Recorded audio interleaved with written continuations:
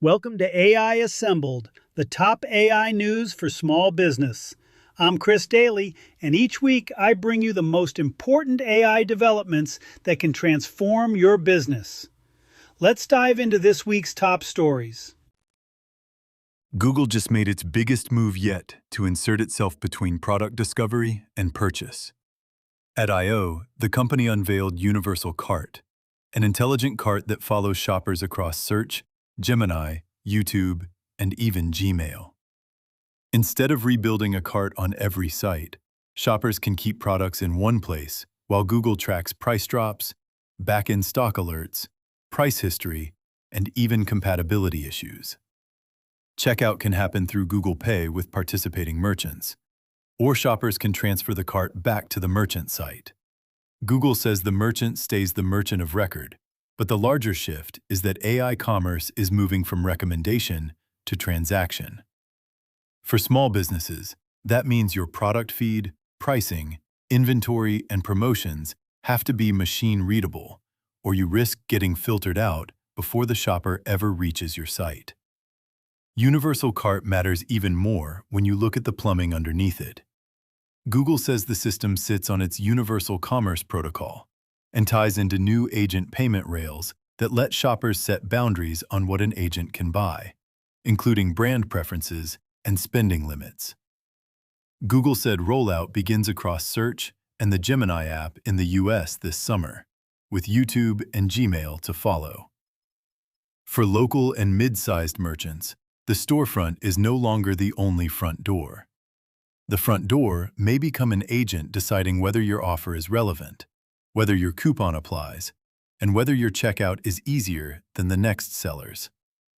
Google also turned Search itself into a more active AI system. The company says AI Mode has passed 1 billion monthly users, with queries more than doubling every quarter since launch. Google upgraded AI Mode with Gemini 3.5 Flash and introduced a new AI-powered search box that can take text, images, files, videos, and even Chrome tabs as input. More importantly, Google is entering what it calls the era of search agents. These agents can watch the web continuously, synthesize updates, and in some local service categories, will even call businesses on a customer's behalf. In the US this summer, if you run a service business, that is a major interface change. Discovery is becoming continuous, conversational, and delegated.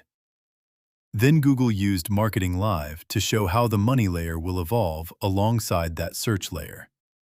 The company introduced new ad formats built with Gemini, including conversational discovery ads, highlighted answers, AI-powered shopping ads, and business agent for leads. Instead of a static sponsored link, a shopper can get product guidance, customized explanations, and even a chat-based lead experience inside the ad. Google also expanded direct offers, including promotion bundling and native checkout for merchants using the Universal Commerce Protocol. Google says 75% of people in its research said AI Mode helped them make faster, more confident decisions. For small businesses, paid search is drifting away from keyword matching toward answer quality, feed quality, and structured offers. The winners may be the companies whose products are easiest for AI to explain and easiest for agents to transact. Meta made a very different bet this week, but it could be just as important for small businesses. The company quietly launched Forum, a standalone app for Facebook groups that looks a lot like a direct shot at Reddit.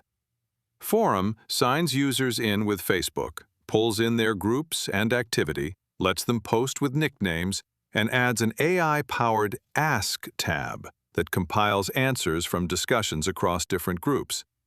There is also an admin AI assistant for moderation. CNBC reported that Reddit shares fell almost 6% after the launch, and analysts at Truist described Forum as a new threat because it could pull away casual users who simply want answers, not deep loyalty to Reddit itself. The reason Forum could become bigger than a side app is that Meta is not just copying a format. It is trying to own the answer layer inside communities. TechCrunch reported that Forum is framed as a place for deeper discussions, real answers, and communities you care about. Anything shared in Forum remains visible in Facebook groups. So Meta is peeling the most useful behavior out of groups and giving it a faster, more focused shell. If this works, Forum could evolve into a Reddit competitor powered by Facebook's identity graph, group history, and AI summarization tools. For brands, creators, and local businesses, the upside is obvious. Communities you already built on Facebook may become more discoverable and more useful. The downside is obvious too. If Meta controls discovery and summaries inside those communities, it becomes the gatekeeper for attention in interest-based conversation. Another major shift came from Google's Android XR push. At I/O, Google previewed intelligent eyewear with Gemini, built with Samsung and eyewear partners Gentle Monster and Warby Parker. Audio glasses launch first later this fall, with display glasses following later. The features sound consumer-friendly on the surface: directions, texts, photos, translation, ride ordering, and contextual help. But the small business angle is bigger.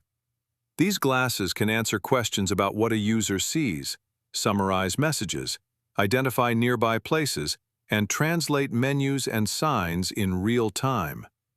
If that behavior scales, local discovery starts moving off the phone screen and into always-on voice and vision.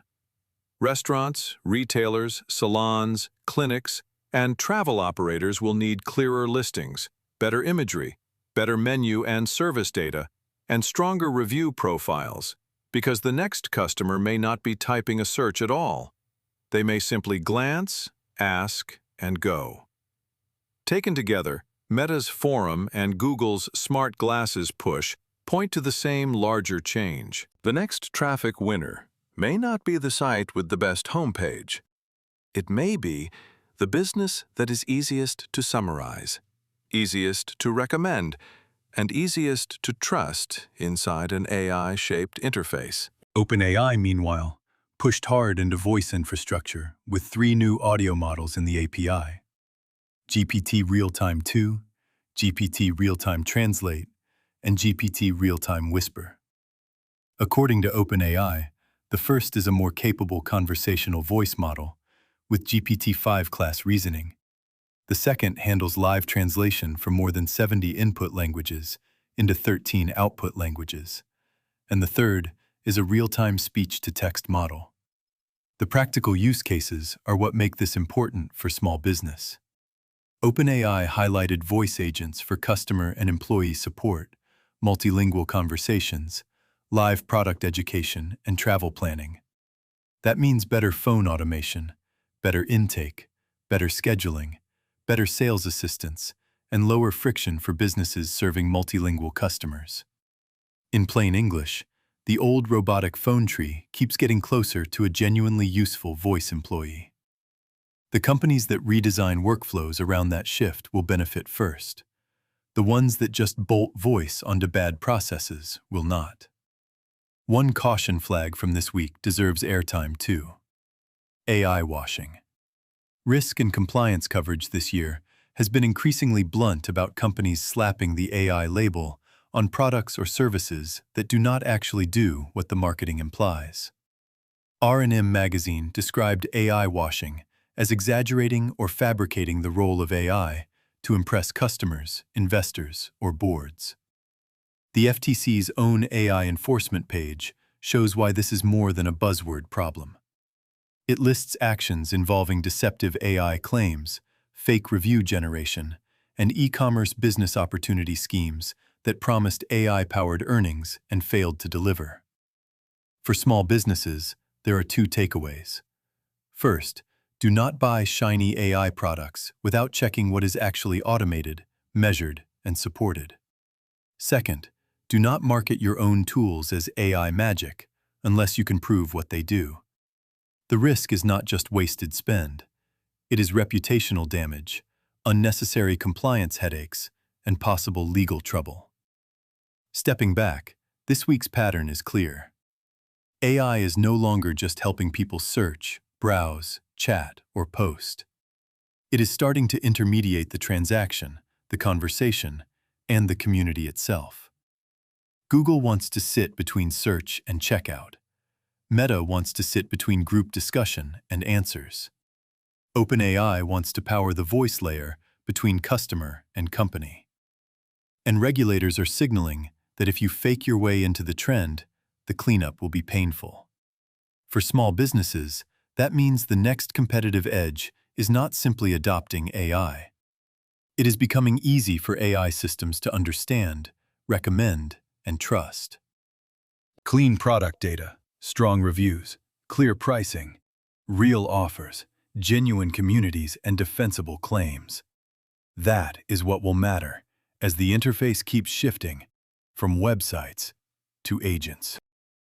That's it for this week's AI Assembled, the top AI news for small business. If you found this valuable, share it with a fellow business owner.